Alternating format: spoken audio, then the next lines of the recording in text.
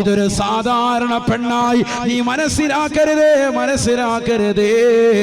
ആദിഹി ബിൻത് റസൂലില്ലാഹ്, അനുരാഗത്തിന്റെ അലമാലകൾ കൊണ്ട് ആലിംഗനം ചെയ്ത് ചുടുചുംബനം കൊടുത്ത് കെട്ടിപ്പിടിക്കേണ്ട നേതാവ്, പരിശുദ്ധ ഖുബൈ ഖദറായിന്റെ ചുവട്ടിൽ ചുംബനം വെച്ചുറങ്ങുന്ന ഹബീബ് മുഹമ്മദ് മുസ്തഫ സല്ലല്ലാഹു അലൈഹി വസല്ലമ തങ്ങളുടെ പ്രിയപ്പെട്ട മകളാണ് ഫാത്തിമ.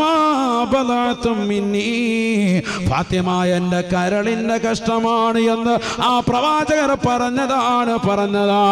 ഫാത്തിമ ആരെങ്കിലും വിഷമിപ്പിച്ചാൽ എനിക്ക് വിഷമമാണ് എന്ന് റസൂലുള്ളയാണ് പറഞ്ഞിട്ടുള്ളത്.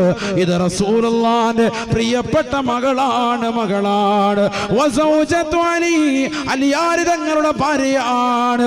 ഉമ്മുൽ ഹസനി വൽ ഹുസൈൻ,